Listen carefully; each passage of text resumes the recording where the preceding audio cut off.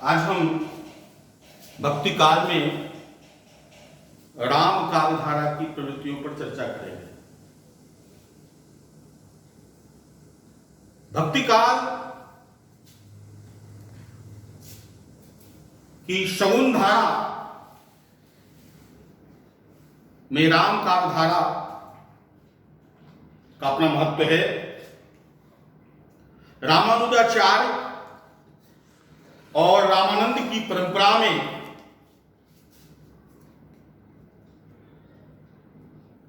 शगुन अवतारी राम के भक्ति में रचे गए काव्यों को राम काव्यधारा कहा जाता है। इसमें राम के ब्रह्म विषयक अवधारणा के साथ साथ उसके दर्शन से जुड़े हुए पहलुओं की तो झलक मिलती ही है, बल्कि मर्यादावाद पर जोर देकर समन्वय की विराट चेतना प्रस्तुत की गई है। इसमें गहन राजनीतिक बोध है,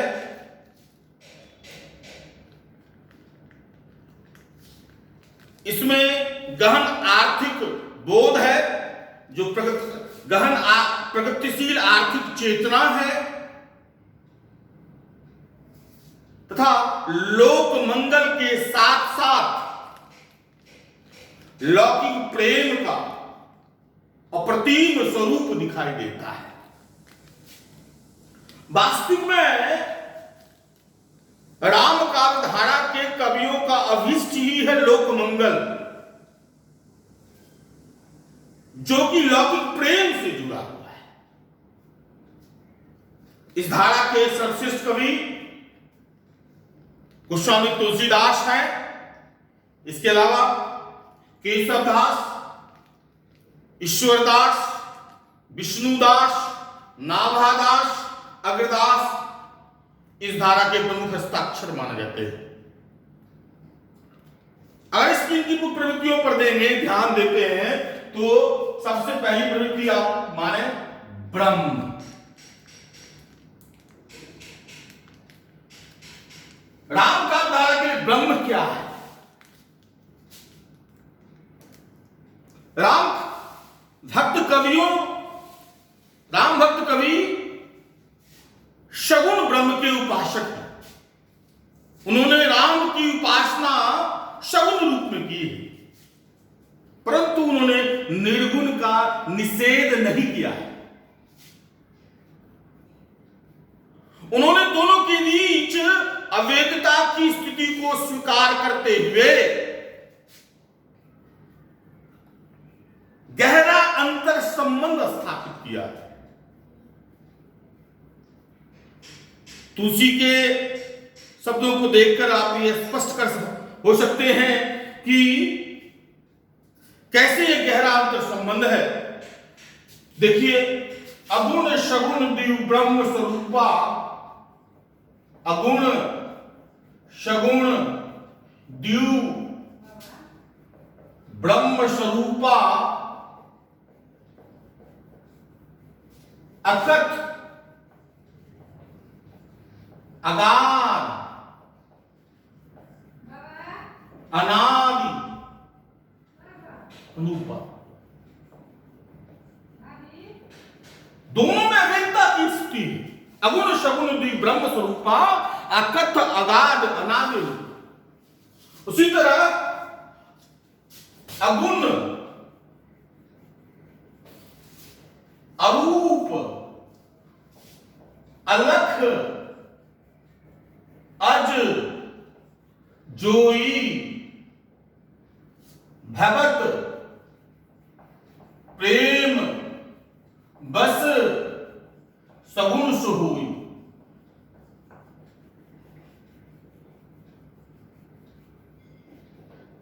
यानी ब्रह्म संबंधी विचार में निर्गुण सगुण के बीच भेद नहीं है। यहां अवेद्यता की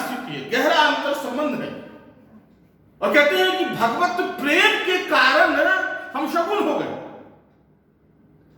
वास्तव में पार परमेश्वर एक निराकार ही है, लेकिन भगवत प्रेम से हम शगुन को। तो ब्रह्म विषयक अवधारणा में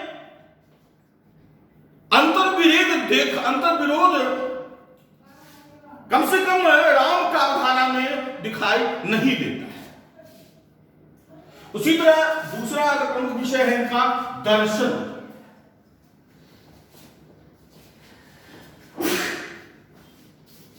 राम काव्यधारा के कवियों के दार्शनिक प्रकृति का जो आधार है वह है रामानुजाचार्य का विशिष्टाद्वैतवाद का दर्शन।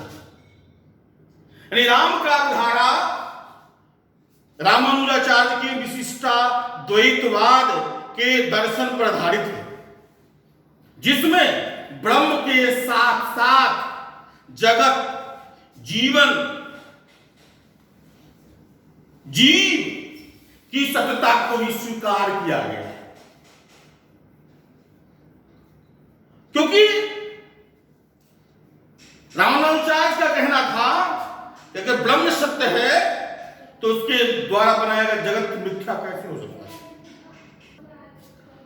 अवतारवाद इसी जीवन जगत की सापेक्षता का प्रमाण है।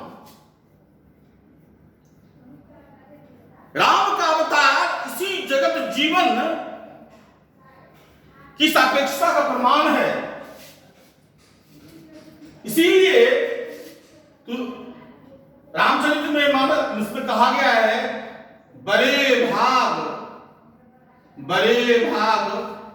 मानुष तन पावा। देखिए गौर कीजिएगा, बड़े कैसे मनुष्य के लौकिक जीवन का से जुड़ा हुआ है काव्य। देखिए बड़े भाग मानुष तन पावा, असुर दुर्लभ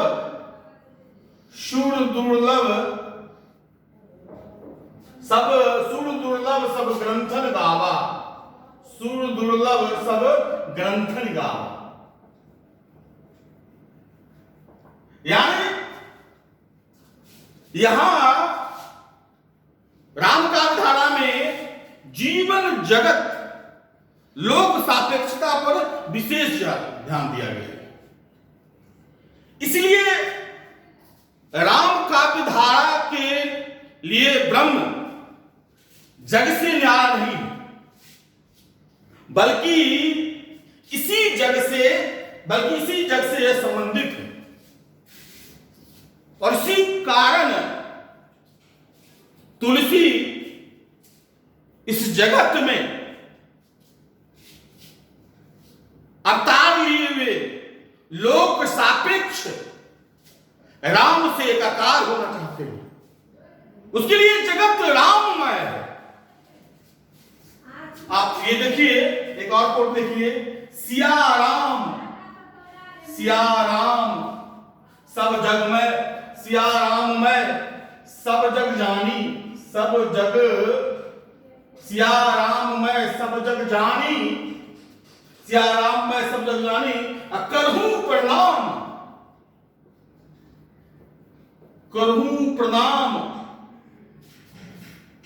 जोड़ी जुग पानी, जोड़ी जुग पानी। यानी इस जगत में जो सिया और राम है उससे वो एकाकार होना चाहते हैं।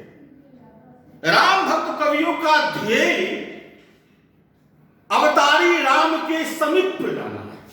चाहे हनुमान हो, चाहे विभीषण हो, सुग्रीव हो, लक्ष्मण हो, भरत हो, सब सिया राम से समीपता की बात करते हैं। इसीलिए इनके यहां जो भक्ति है, जो नवदा भक्ति का जो स्वरूप है, वो दास भाव से किया गया है, जिसमें समर्पण है। ईश्वर के लिए, ईश्वर के भक्ति में अपने आप को मिटा देने की बात की गई है। ईश्वर की समीपता के लिए दास भाव से भक्ति की गई है। तीसरी जो ब्रह्म हो गया, दर्शन हो गया, सबसे महत्वपूर्ण मुझे लगता है मर्यादावाद और लोक मंगल है राम का आधारित विशेषता। मर्यादावाद, मर्यादावाद राम काव्यधारा की यह सबसे प्रमुख विशेषता है। राम को मर्यादावाद का शिखर पुरुष माना जाता है, उन्हें मर्यादा पुरुषोत्तम कहा जाता है। और यह मर्यादा राम काव्य में अगर आप देखेंगे तो हर एक के लिए मर्यादा स्थापित की गई है, और इस मर्यादा के केंद्र बिंदु में नैतिकता है, मानवीय मूल्य। मर्यादा क्या है? सबसे महत्वपूर्ण नैतिकता और मानव मूल्य। गौर कीजिएगा, नैतिकता की रक्षा करना, मानव मूल्य की रक्षा करना, यही राम का मर्यादावाद है। यह मर्यादावाद राजा के लिए भी है, यह मर्यादावाद पारिवारिक संबंधों में के लिए भी है। इसी मर्यादावाद के बंधन में कि तुलसी वर्णाश्रम व्यवस्था के समर्थक है, इसके बावजूद मानव मूल्यों की रक्षा के लिए, मर्यादावाद की रक्षा के लिए जाति पाति के भेद, छुआछूत के भेद का तिरस्कार करते हैं, उस पर प्रहार करते हैं, उसे खिल्ली उड़ाते हैं।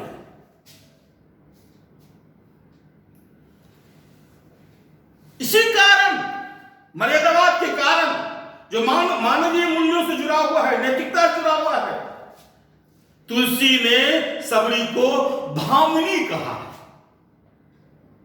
इसी मर्यादावाद के कारण राम ने तुलसी के जूठे बेर खाए, भीलनी के जूठे बेर खाए। यह दर्शाता है कि राम काव्य में जाति पाति का भेद नहीं है। यह दर्शाता है कि राम काव्य में ऊंच नीच का भेद नहीं है। केवट को सखा के रूप में अपनाना, निषाद राज को सखा के रूप में अपनाना, उसे गले लगाना दिखाता है कि राम के दृष्टिकोण में जाति का कोई विभेद नहीं है। इतना ही नहीं, मर्यादावाद पति को कैसा होना चाहिए? एक पति व्रत होना चाहिए, एक पत्नी व्रत होना चाहिए, यानी एक पत्नी का मर्यादा उन्होंने दिखाया है। भाई भाई के प्रेम में मर्यादा, राम और भरत का मर्यादा दिखाया गया है। यह मर्यादा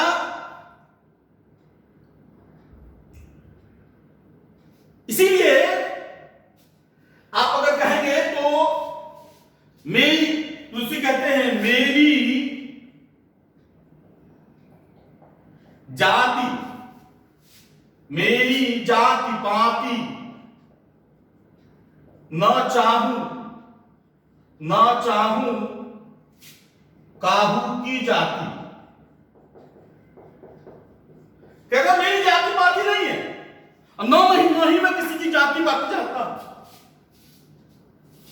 उसी तरह धूत को हो, दूत को हो, राजपूत को हो, जुलाहा को हो, काहू की बेटी का है न भी आप, इस तरह का जो इस प्रसंग में आगे देखेंगे तो वो व्यंग है, खिल्ली उड़ाई गई।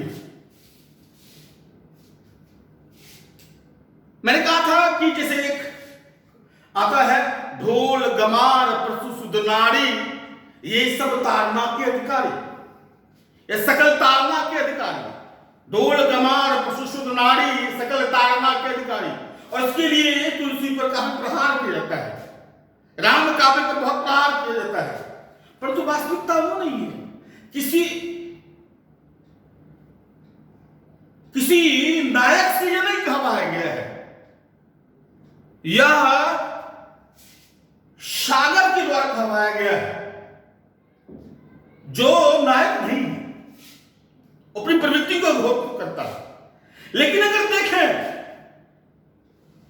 अगर उसको माने तो मध्यकालीन चेतना में नारी को भोग्या के विषय माना गया था।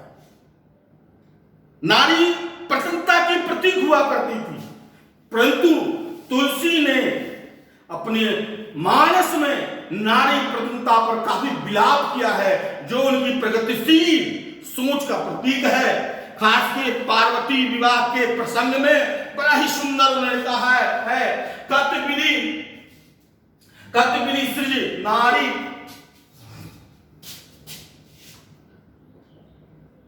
कत्विधि सृजी नारी, सृजी नारी जगमाही पराधीन सपने हूं, पराधीन सपने हूं, पराधीन सपने हूं नहीं आई। यथार्थ प्रतंत्रता को लेकर के वो विलाप करते हैं, यानी मर्यादावाद जो है वो जाति पाति पारिवारिक मर्यादा सबका वो एक अलग उदाहरण प्रस्तुत करते हैं।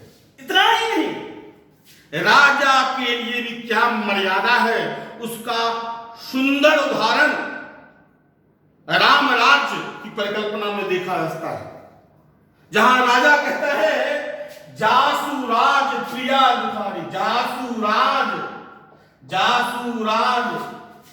प्रिय प्रजा दुखारी, सो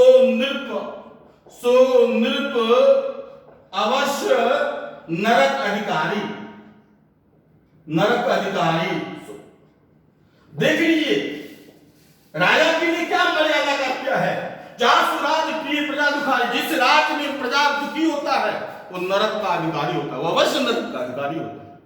यानी राजा के लिए मर्यादा की सीमा आनी गई, इसीलिए कहा गया है दैहिक दैविक भौतिक तापा राम राज काहू नहीं पा, दैहिक दैविक भौतिक तापा राम राज काहू नहीं पा।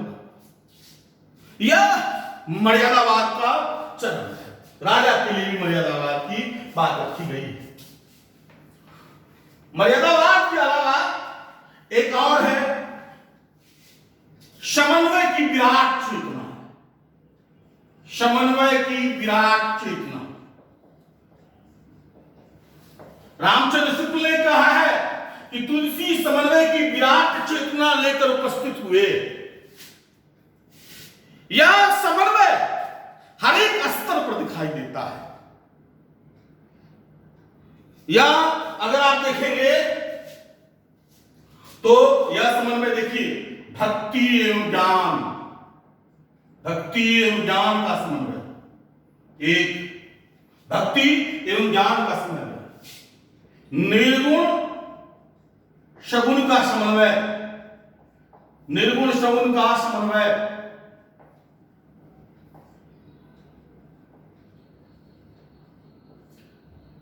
शैव वैष्णव का समन्वय, शैव और वैष्णव का समन्वय,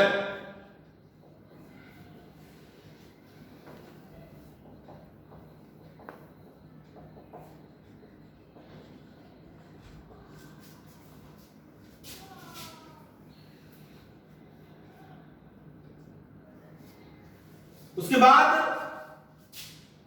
आर्थिक समन्वय,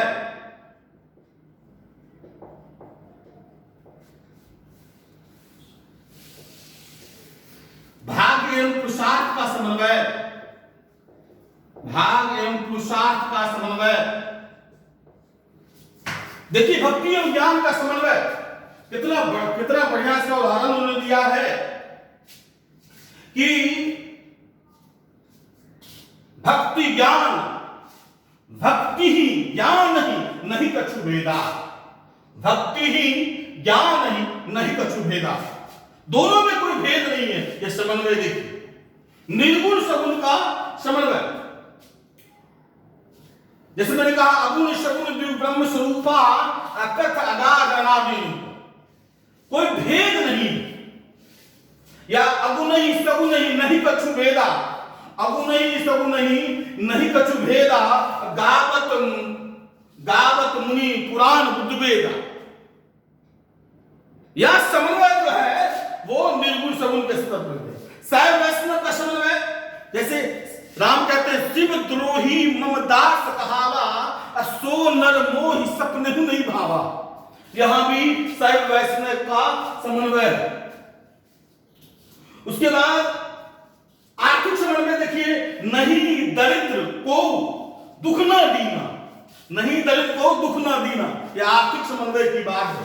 भाग्य एवं पुरुषार्थ की समन्वय देख लीजिए, भाग्य एवं पुरुषार्थ का समन्वय, क्योंकि कुछ लोग भाग्य पर विश्वास करते हैं, सगुण मुरारी कहते भाग्य में विश्वास करते हैं, लेकिन अगर आप गौर करेंगे तो राम का अवधारा हो चाहे कृष्ण का अवधारा हो, भाग्य के साथ कर्म का समन्वय बहुत बेहतर तरीके से, कर्म पर ज्यादा जोर दिया गया है, सिर्फ भाग्य पर रहने की बात नहीं कही गई है। जो देखिए उदाहरण देखिए, शुभ अशुभ, शुभ अशुभ, शुभ शुभ, काला अक्षर नहीं लिखते हैं लोग, इसलिए ये मैंने चेंज किया। शुभ अशुभ, शुभ अशुभ कर्म अनुहारी, शुभ अशुभ कर्म अनुहारी, ईसु ईसु दे फल हृदय विचारी। ये जो है भाग एवं पुरुषार्थ का समन्वय। उसके अलावा राजा प्रजा का भी समन्वय है, राजा प्रजा का समन्वय, राजा प्रजा का समन्वय देखिए, सोई सेवक, सोई सेवक प्रियतम, प्रियतम मम सोई, मम सोई, मम अनुशासन, मम अनुशासन, मम अनुशासन माने जोई। यानी समन्वय की विराट चेतना है। पारिवारिक संबंधों में भी समन्वय, भक्ति ज्ञान में समन्वय, निर्गुण सगुण में समन्वय, शैव वैष्णव समन्वय, भाग्य पुरुषार्थ में समन्वय, राजा प्रजा में समन्वय और आर्थिक समन्वय, यानी समन्वय की विराट चेतना प्रस्तुत की गई है। लेकिन मैंने कहा कि राम काव्य का अभिष्ट है लोक मंगल, राम काव्य का अभिष्ट है लोक मंगल। लोक मंगल के लिए ही, लोक रक्षा के लिए राम का जन्म हुआ। राम जन्म जग मंगल हेतु, राम का जन्म ही हुआ है मंगल प्रद, राम जन्म जग मंगल हेतु। क्योंकि राम भक्त कवियों का जो काव्य रचना का उद्देश्य राजा एवं सामंतों को रिहाने का नहीं है। वे स्वांत सुखाय की बात करते हुए भी उनकी रचना लोक मंगलकारी है। इसीलिए राम काव्यधारा के कवियों को लोक मंगल की साधना अवस्था का कवि कहता है, जिसमें परहित को ज्यादा महत्व दिया जाता है। परहित सरिस, परहित सरिस, धर्म नहीं भाई, धर्म नहीं भाई, पर पीरा, पर पीरा सम नहीं अदमाई। देखिए बहुत कुछ कितना ज्यादा है। परहित सम, दूसरे का उपकार करने से बड़ा कोई धर्म नहीं है, दूसरे को पीड़ा से पहुंचाने से बड़ा पाप कोई नहीं है। यानी लोक मंगल के लिए जन्म हुआ और लोक मंगल, दूसरे की पीड़ा हरना, दूसरे के लिए स्वीकार करना, यही राम काव्य का अभिष्ट है, यही राम काव्य का उद्देश्य है। अगर हम शिल्पगत विशेषता देखेंगे तो राम काव्य धारा में कई, अगर आप भाषा के स्तर पर देखेंगे तो भाषा के स्तर पर देखें तो अवधी एवं ब्रजभाषा जैसे लोक भाषा के साथ संस्कृत का अद्भुत समन्वय प्रस्तुत किया गया। का भाषा का संस्कृत, का भाषा का संस्कृत, का भाषा का संस्कृत, प्यार चाहिए सांच।